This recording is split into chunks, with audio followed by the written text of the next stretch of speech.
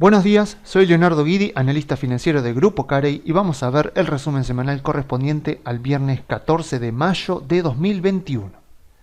Bueno, la verdad es que hemos vivido una semana muy interesante en Wall Street. Se vio un gran aumento de la volatilidad, por lo menos en relación a la volatilidad que estábamos viendo a lo largo de 2021. Obviamente que la protagonista de la semana fue la inflación, porque se conoció el dato de inflación de abril en Estados Unidos y vino más alto de lo esperado. Eso, por supuesto, no gustó, provocó una aceleración del sentimiento negativo de los inversores. Eso a su vez obviamente estuvo ligado a las bajas que vemos acá durante el lunes, martes y miércoles, lo que parecería ser el inicio de una corrección de mercado, pero después vemos que durante jueves y viernes recortó bastante. Toda esta baja que vimos durante lunes, martes y miércoles recortó bastante y el viernes cerró con una gran recuperación en relación a la caída que hubo a principios de la semana. Así que todavía no podemos decir que efectivamente sea una corrección de mercado, pero la verdad es que conocido el dato de inflación y conocido obviamente lo que eso suscita en los inversores y el sentimiento negativo que eso fomenta, podría ser que estemos ante el inicio de una corrección de mercado y que efectivamente esto continúe o no. Así que vamos a analizar más en profundidad, vamos a analizar por qué vino tan mal el dato de inflación, cuáles fueron las principales causas para que viniera tan alta la inflación de abril. Veremos obviamente si esto amerita que nos preocupemos o no, que es básicamente responder la pregunta de si esto es algo permanente o es algo transitorio, porque eso obviamente va a tener repercusiones en lo que nosotros tendríamos que hacer en nuestros portafolios, dependiendo de lo que pase durante las próximas semanas o incluso durante el próximo mes. Y obviamente también veremos qué es esta recuperación que estamos viendo, ¿no? A ver qué pasó, qué cambió durante jueves y viernes para que se recuperara de esta manera el mercado, siendo que eso no borra el hecho de que el dato de inflación de abril vino mal. Pero obviamente, antes de entrar más en tema, dado que aumentó bastante la volatilidad durante esta semana en relación a lo que vimos durante los últimos meses, siempre que pasa esto suelo ver y suelo leer mensajes de gente que se pone muy nerviosa, que se pone mal, que está preocupada obviamente por lo que está pasando con sus inversiones ante este movimiento de mercado. Entonces siempre ante este tipo de situaciones me parece prudente dar un par de consejos y son los siguientes. O sea, si debido a los movimientos de las acciones, concretamente vamos a pensar en los movimientos de las acciones durante esta semana, entonces si debido a los movimientos que hubo durante el lunes, martes y miércoles en nuestro portafolio, entonces si usted se sintió mal por lo que vio que estaba pasando con sus inversiones, si se sintió angustiado, nervioso, enojado, ansioso, frustrado, entonces lo que yo tengo que decirle es que tal vez la inversión bursátil no sea para usted, ya que claramente su cuerpo está manifestando un nivel de estrés demasiado alto para una situación que es absolutamente normal en los mercados financieros. Entonces, tenga siempre en claro lo siguiente: los mercados financieros son impredecibles a corto plazo, se mueven así y siempre lo harán, porque se mueven con un tipo de movimiento que es propio y es inherente a los activos financieros. Este movimiento tan característico, con subas y bajas, con mayor o con menor volatilidad, es propio de los activos financieros, ya sean acciones, ya sean bonos, ya sean monedas, ya sean criptomonedas, ya sean commodities. Se mueven así, con momentos de mayor volatilidad, con momentos de menor volatilidad, pero eso no va a cambiar. Entonces tenemos que saber que esto va a ser siempre así, y la volatilidad es imposible de predecir, y de la misma manera que llega también de manera imprevista de un día para el otro, también suele irse de un día para el otro porque está ligada al sentimiento de los inversores. Hay incluso modelos matemáticos que se llaman modelo de heterocedasticidad, que se utilizan para poder hacer lo posible para predecir la volatilidad de un activo financiero para tratar de predecir si la volatilidad va a aumentar o va a disminuir, ya que al haber estudiado la volatilidad se han sacado ciertas leyes que va cumpliendo, pero en última instancia todos los modelos matemáticos concluyen en que es imposible predecir con suficiente confianza si la volatilidad de un activo financiero va a aumentar o va a disminuir en el futuro. Entonces, esto es algo que tenemos que aceptar porque es así. Entonces, si usted no es capaz de aceptar esto y de inmunizarse emocionalmente ante estas situaciones, mi sugerencia es que venda todas las acciones que tiene y realice inversiones más conservadoras, porque tarde o temprano los altos niveles de estrés ligados a situaciones normales de mercado como estas le van a provocar problemas de salud y nada justifica que perjudique su salud por ganar un poco más de dinero en la bolsa. O sea, esto que vimos durante esta semana, estas bajas fuertes de lunes, martes y miércoles y esta recuperación de jueves y viernes, es normal, responde al movimiento normal de los mercados financieros. Entonces, fíjese cómo se sintió durante esta semana, porque así se mueven los mercados financieros y eso no va a cambiar. Y para colmo, nosotros venimos bastante mal acostumbrados con respecto a la volatilidad, porque durante los últimos 7, 8 meses ha venido bastante baja la volatilidad en relación al promedio histórico. O sea, obviamente quitando el 2020, el primer trimestre de 2020, que fue de lo más volátil que hemos visto en nuestras vidas, después, una vez que se estabilizó el mercado, la volatilidad viene bastante baja. Entonces es como que venimos un poco desacostumbrados al movimiento de la volatilidad, y eso puede provocar que seamos más sensibles de lo que deberíamos ser. Entonces, tengamos en cuenta esto. O sea, porque si queremos ser inversores bursátiles, tenemos que tener en cuenta que los mercados se mueven así y eso no va a cambiar. Entonces, por lo menos, si invertimos en acciones, sepamos el riesgo que estamos asumiendo para que de esa manera no nos afecte a nuestra salud. Bueno, pasando ahora sí al dato de inflación, obviamente lo primero que tendríamos que hacer es, ante un dato que vino más alto de lo esperado, la principal pregunta que tenemos que respondernos es si esta aceleración de la inflación es temporal o es permanente. Eso es lo más importante. Y eso lo vamos a saber un poco analizando el contexto, pero también desagregando un poco el índice, porque así un 0,8 intermensual es como que no nos dice nada. Entonces desagreguemos un poco el índice y veamos específicamente cuáles fueron los rubros que más contribuyeron a esta suba, para ver si podemos conjeturar un poco si esto puede ser algo temporal o en realidad es algo más permanente. Entonces, para eso tenemos el informe que se publica con cada uno de los datos de inflación, donde muestran cómo se ha movido el índice y lo desagregan. Entonces podemos ir acá a la página 9. Este es el informe que se encuentra rápidamente en internet. Vemos acá el 0,8 intermensual que dio el dato en general, y después está todo desagregado. Comida y energía son ítems que a veces se los suele quitar del índice porque son bastante volátiles, pero la verdad es que no sería lógico sacarlos porque contribuyen a la vida de las personas. Así que vamos desagregando un poco y vamos mirando a ver cuáles fueron los ítems que más subieron, obviamente siempre ajustado por estacionalidad, porque puede haber mucha estacionalidad en algunos ítems y eso ensucia un poco el dato, así que siempre hay que mirarlo de manera estacional, ajustada por estacionalidad. Y lo primero que vemos acá que llama un poco la atención es camiones y autos usados, que aumentaron un 10% intermensual. Este es el primer ítem que yo noto que ha contribuido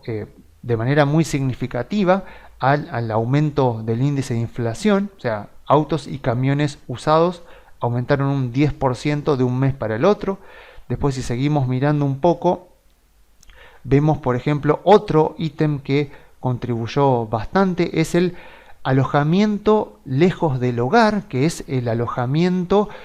que obviamente uno suele demandar cuando se va de vacaciones. Acá nos muestra que subió un 7,6%, después lo desagrega un poco más, pero en general este ítem es de 7,6%.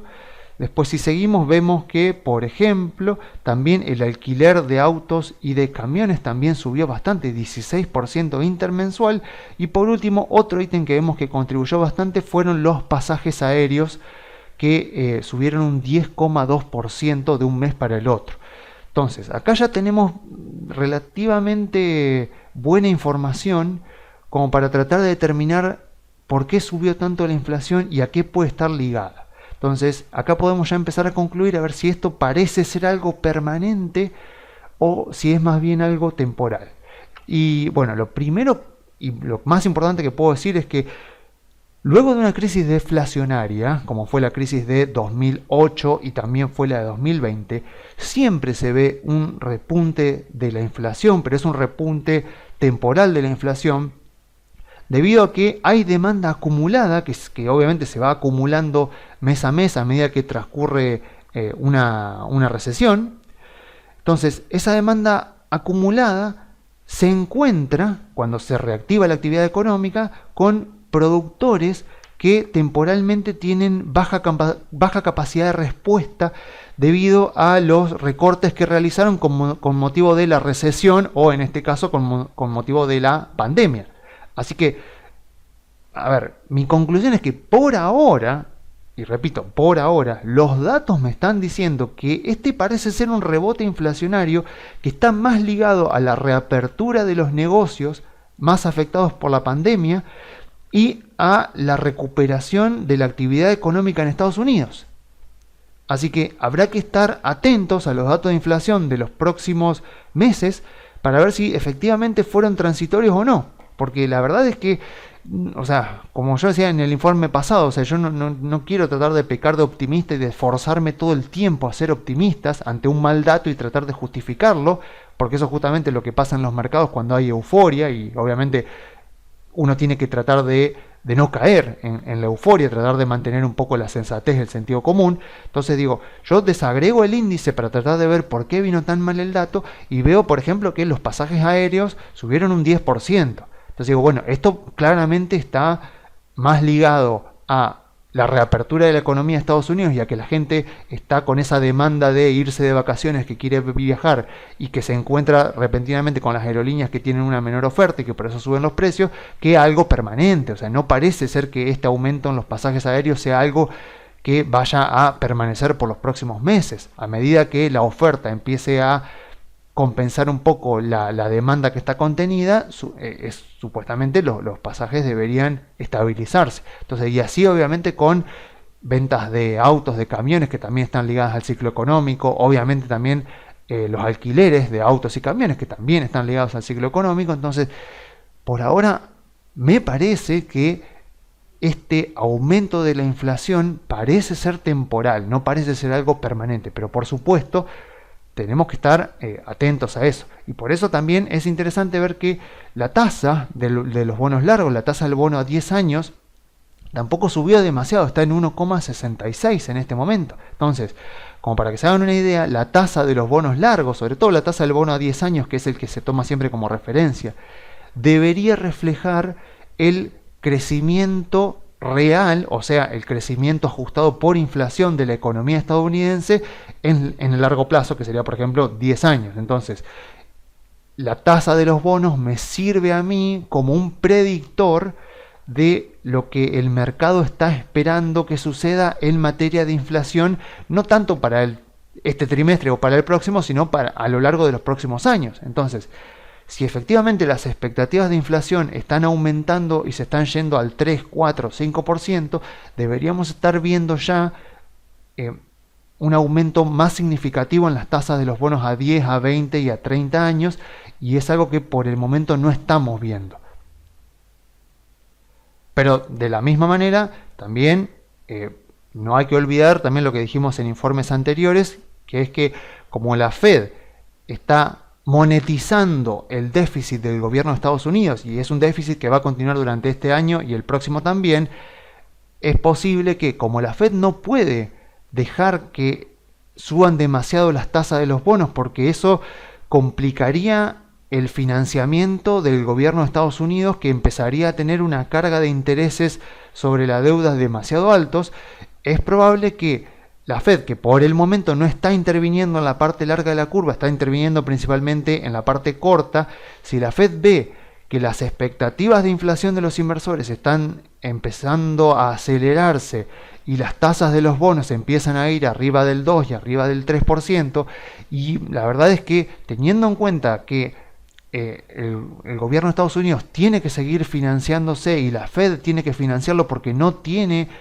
acreedores voluntarios para toda la cantidad de bonos que necesita emitir, es probable que la Fed, como ya lo hizo en otros momentos de la historia, como ya hemos visto también en informes anteriores, en la década de 1940, hizo control de tasa de curva de bonos, perdón, hizo control de tasas de interés de los bonos más largos. Esto en este momento, hoy en día, lo está haciendo Australia, lo está haciendo Japón, Europa, por ahora no tanto, la Reserva Federal lo está haciendo, pero no de manera, reglamentaria, o sea, no está poniendo un reglamento que prohíba la tasa de interés subir hasta un cierto nivel, sino que simplemente está comprando bonos cortos, pero lo más probable es que si se empieza a acelerar la expectativa de inflación y los bonos largos empiezan a subir sus tasas, si se van arriba del 2 o incluso llegan al 3%, es muy raro que la Fed no vaya a intervenir para bajar las tasas de interés, porque el gobierno de Estados Unidos depende de que la Fed mantenga las tasas lo más bajas posible, porque se necesita financiarse y no tiene acreedores voluntarios. Entonces, creer que la Fed va a dejar que las tasas de interés de los bonos más largos suban mucho, y bueno, es un poco precipitado, porque la verdad es que si las tasas suben mucho, eso va a complicar la situación financiera del gobierno de Estados Unidos, y no solo el gobierno va a necesitar financiarse a través de la Fed este año, sino también el siguiente. Así que bueno, es obvio que si llega a aumentar mucho las expectativas de inflación, la Fed va a intervenir en la parte larga de la curva. Por ahora no lo está haciendo, y como vemos, por ahora las tasas más largas se mantienen, por lo menos la de 10 años, por debajo del 2%. Así que la verdad es que si este aumento que vimos en la inflación del mes de abril fuera un aumento que el mercado ya esté considerando como algo permanente que se va a mantener en el tiempo, creo yo que la lógica me dice que deberíamos haber visto subas mayores en las tasas de los bonos largos, porque ya sería el mercado anticipándose a una aceleración permanente de la inflación. Bueno, no hemos visto eso, así que hasta el momento lo que me parece a mí es que esto es algo temporal. Vamos a ver, obviamente, cuando vengan los datos de inflación de los próximos meses, si efectivamente es algo temporal o permanente. El mercado, por lo menos hasta el momento, parece considerarlo como algo temporal. Pero, por supuesto, este mal dato de inflación, este sentimiento negativo que generó el dato de inflación inesperadamente alto, fue la excusa perfecta para iniciar lo que parece ser una corrección de mercado. O sea, vemos acá que veníamos en récord histórico hasta el viernes de la semana pasada en el Standard & Poor's. De repente se conoce el dato de inflación y vemos esta baja fuerte que suele ser, por lo que es la baja y la aceleración que hubo los primeros días de la baja, parece tener todas las características de una corrección de mercado. Entonces, si repasamos un poco las características de las correcciones de mercado, vemos que ocurren de manera inesperada y casi sin fundamentos que motiven la baja, o en general, en este caso, podría ser que existe un fundamento, pero el fundamento no es lo suficientemente fuerte para afectar a los fundamentos de las empresas a largo plazo. O sea, la causa a la cual se le atribuye esta baja que estamos viendo en el mercado no es lo suficientemente fuerte como para afectar los fundamentos de las empresas a largo plazo. Entonces es una baja que sucede por una causa a la cual se le exageran sus consecuencias. Entonces, durante las correcciones siempre van a aparecer justificaciones, como ya lo hemos visto, pero en general es un sentimiento de los inversores negativo. O sea, está ligada principalmente a un sentimiento inversor negativo. Entonces, vemos que Las caídas siempre son menores al 20%. 20% es la diferencia entre mercado alcista y mercado bajista. O sea que si estamos hablando de correcciones, siempre es menor al 20%. Si es una corrección menor al 10%, se la considera corrección menor. Si es una corrección que está entre el 10 y el 20, se la considera una corrección mayor. En promedio, las correcciones suelen tener un 10% de baja. Por ejemplo, si miramos la corrección que hubo acá durante septiembre, cuando llegaron las elecciones de Estados Unidos, si medimos un poco de cuánto fue la corrección, vemos que más o menos fue desde máximo a mínimo de un 9,38%. O sea, esto es una corrección típica de mercado. Fíjense que arranca de manera muy fuerte, de manera muy volátil a la baja. Ven cómo se produce una corrección muy rápida en los precios. Suele bajar más o menos un 10%, en este caso bajó un poquito menos, pero tocó el 10% de baja, y después, así como llegó, se recupera. Como dice acá, suele tardar entre 1 y 3 meses y finaliza de manera tan inesperada como comenzó. La caída suele ser muy acelerada, con mucha volatilidad, lo cual retroalimenta el sentimiento inversor negativo y provoca mayores bajas en los precios. Entonces, a ver, como para que tengamos un poco más de contexto, ya vimos lo que fue la corrección de septiembre a más o menos octubre, noviembre del año pasado, pero como para que veamos un poco lo insensibilizados que estamos en relación a las correcciones de mercado. Bueno, obviamente 2020 fue una gran excepción, o sea, no es algo que se vea normalmente en los mercados, pero lo que vemos que la última corrección fuerte que hubo en los mercados fue esta, la que hubo entre octubre y diciembre de 2018. O sea, si miramos un poco y tomamos la medición desde el máximo histórico hasta lo que fue el mínimo, vemos que fue prácticamente, fíjense, de casi un 20% de baja, que es exactamente el límite que hay entre una corrección y un mercado bajista. Así que no es casual que la corrección de 2018 haya sido de casi el 20%, porque ese es el límite que separa históricamente a Wall Street de lo que son correcciones de mercados bajistas. Y fíjense lo que pasó desde entonces. O sea, estamos como muy poco acostumbrados. O sea, 2019 fue un año, por ejemplo, en el que no hubo correcciones del 10%, todas las correcciones fueron más o menos de un 6-7%. Después, bueno, vino 2020, que fue una anomalía en lo que es el normal funcionamiento de los mercados. Pero, o sea, tengamos en cuenta esto. O sea, a pesar de lo que vimos en enero con GameStop, con todas las acciones basura que se empujaban desde Reddit, lo que vivimos también en febrero y en marzo acá con la suba de las tasas de los bonos del tesoro, que había preocupación. A pesar de todo lo que pasamos a lo largo de enero, febrero, marzo, lo cierto es que este 2021 está teniendo una menor volatilidad de lo que históricamente hemos visto en el mercado. O sea, estamos en un mercado alcista que está teniendo una volatilidad inusualmente baja para lo que tienen normalmente los mercados. Así que no nos asustemos, o sea, es algo normal la volatilidad y no es malo tampoco que aumente un poco, porque nos da oportunidad también para los que tienen un poco de liquidez poder aprovechar el sentimiento negativo temporal de los inversores para poder rearmar posiciones y utilizar la liquidez para comprar un poco más barato. Entonces, dicho esto, también hay que tener en cuenta lo siguiente: el dato de inflación, el intermensual vino mal, pero lo cierto es que cuando uno mira también el dato interanual, vino muy alto, arriba del 4%, pero eso ya lo hemos explicado también en informes anteriores, que tiene que ver con lo que se llama el base effect. O sea, si tomamos el índice de precios al consumidor de Estados Unidos, vemos que acá, en este periodo de marzo, abril, mayo y junio, hubo deflación en Estados Unidos. O sea, durante todos estos meses, y recién esto se va a terminar en julio,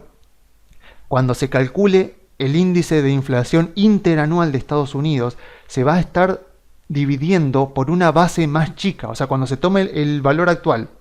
y se lo divida por el valor de hace un año para calcular la variación interanual, se va a estar dividiendo durante estos meses con un valor más chico porque acá hubo deflación. Entonces, temporalmente, de manera transitoria, el índice interanual va a aparecer un poco más alto de lo que debería ser, pero por esta razón, porque se está dividiendo por un número más chico, y esto se va a terminar recién a partir de julio. Así que más que mirar el índice interanual, lo que tenemos que mirar obviamente es el intermensual, porque hasta julio el interanual va a estar un poco sucio, podríamos decir, por esta deflación que hubo el año pasado durante Estados Unidos. Entonces, muy importante, antes de actuar de manera precipitada e imprudente, tengamos en cuenta que contextos inflacionarios por debajo del 5% anual no han sido históricamente motivo de gestación de mercados bajistas en Estados Unidos. Así que recién cuando la inflación supere el umbral del 5% interanual y se mantenga por encima de él durante varios meses, o sea, no un mes, 3, 4 meses, como para entender que esto ya es permanente, no es algo transitorio. Recién ahí vamos a tener fundamentos suficientes como para realmente temer por la continuidad de este mercado alcista. O sea, si miramos acá la inflación histórica de Estados Unidos, vemos que si tomamos el 5%, durante la década del 70, sí superó varias veces el dato de inflación, el 5%, y de hecho tuvimos un mal año. De hecho, si miramos un poco acá, vemos que en la década del 70 al 79 la inflación promedio anual fue del 7,06% y el rendimiento del Standard & Poor's interanual durante esa década fue menor, o sea que cuando la inflación subió por encima del 5% durante esta década, provocó que los rendimientos de las acciones se vieran bastante resentidos, y fíjense que después, cuando ya está más o menos en el 5% o más abajo, los rendimientos han sido bastante positivos. Esto obviamente responde a que, como dice Pablo Fernández, la inflación disminuye el valor de las empresas. Este paper lo pueden buscar en Google, se encuentra fácilmente, está en castellano, es muy recomendable para los que quieran tratar de entender por qué la inflación afecta negativamente a las empresas, aunque estando en Argentina ya bastante lo sabemos, pero este paper es sumamente útil porque está muy bien explicado y además porque utiliza un ejemplo argentino. O sea, él utiliza estas empresas, él hace el ejemplo de una empresa que se llama Estrada. Entonces él trata de comparar Estrada España con Estrada en Argentina. Entonces nos muestra, él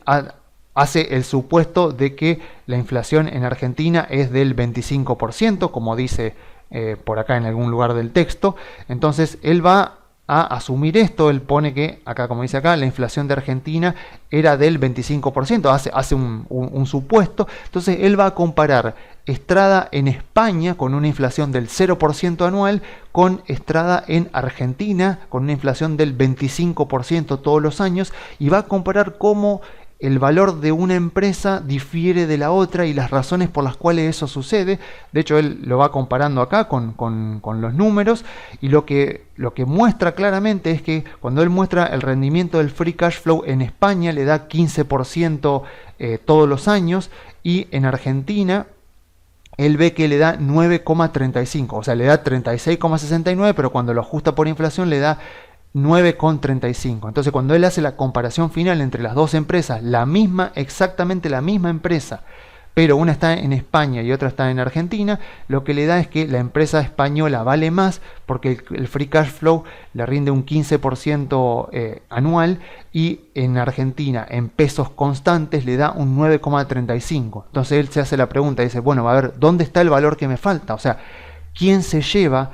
el valor que le está faltando a la empresa en Argentina? Porque es exactamente la misma empresa, con la única diferencia es que una está en un contexto de inflación cero y la otra está en un contexto de inflación del 25% anual. Y la conclusión que él muestra acá en este paper es que obviamente la parte que falta se la lleva el gobierno a través del impuesto inflacionario, porque como la empresa factura en pesos, paga más impuesto a las ganancias. Entonces la parte que falta es la que se lleva el gobierno en concepto de impuesto a las ganancias, que la empresa argentina paga más porque justamente como hay inflación, si no se actualizan los mínimos, termina pagando más impuestos de lo que paga la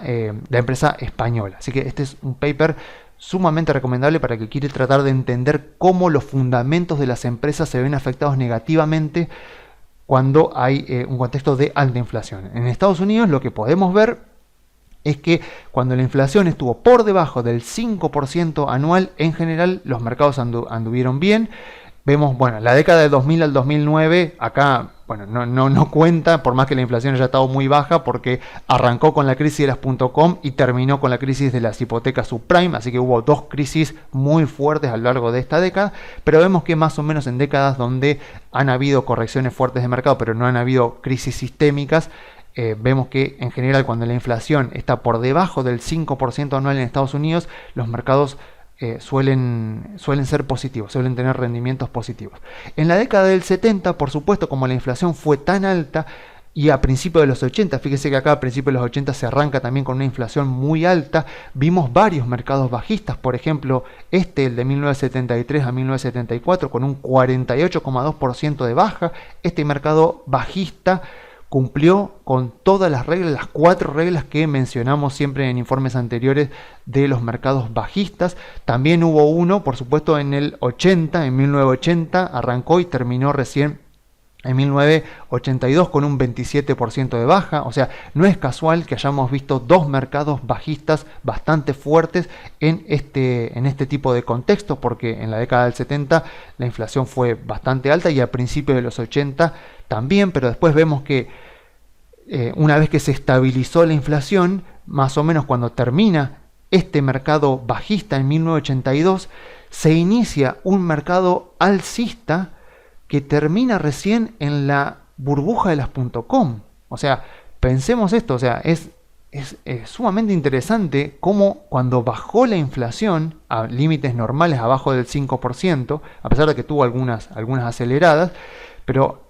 acá en 1982, después de este mercado bajista, arranca un mercado alcista que termina recién en el 2000 con la burbuja de las .com. Y estoy seguro de que muchos me dirán, bueno, ¿qué pasó con el lunes negro de 1987? Bueno, así como el año pasado fue una gran anomalía en los mercados, 1987 también, porque si miramos 1987 de punta a punta, fue un año positivo para el Standard & Poor's. Está bien, subió, si miramos punta a punta, un 2%, que uno diría, bueno, no es mucho, o sea, habrá compensado un poquito la inflación. En términos reales capaz que salió un poquito empatado, pero lo cierto es que el índice Standard & Poor's venía subiendo 40% hasta el lunes negro de octubre de 1987, y ahí el índice se desploma. Todavía se discute hoy por qué fue que se desplomó. Lo cierto es que se desplomó más de un 20% en apenas un día, pero después se recuperó y terminó el año positivo el índice. Así que deberíamos decir que a pesar de esto no cuenta como mercado bajista, porque fue como el año pasado, fue algo muy rápido. O sea, no fue esto que sí es un mercado bajista a lo largo de un año y medio, más o menos. Acá duró un poco más de un año y medio, sino que fue una baja muy fuerte de muy corto plazo. En este caso, a diferencia de lo que pasó en 2020, donde sí sabemos bien la causa de la baja, acá todavía se discute porque la verdad es que no se sabe bien qué fue lo que pasó. Bueno, la cuestión es que el mercado luego se recuperó y 1987 terminó siendo un año positivo para los mercados. Bueno, ahora bien, algo positivo de lo que sucedió durante esta semana es que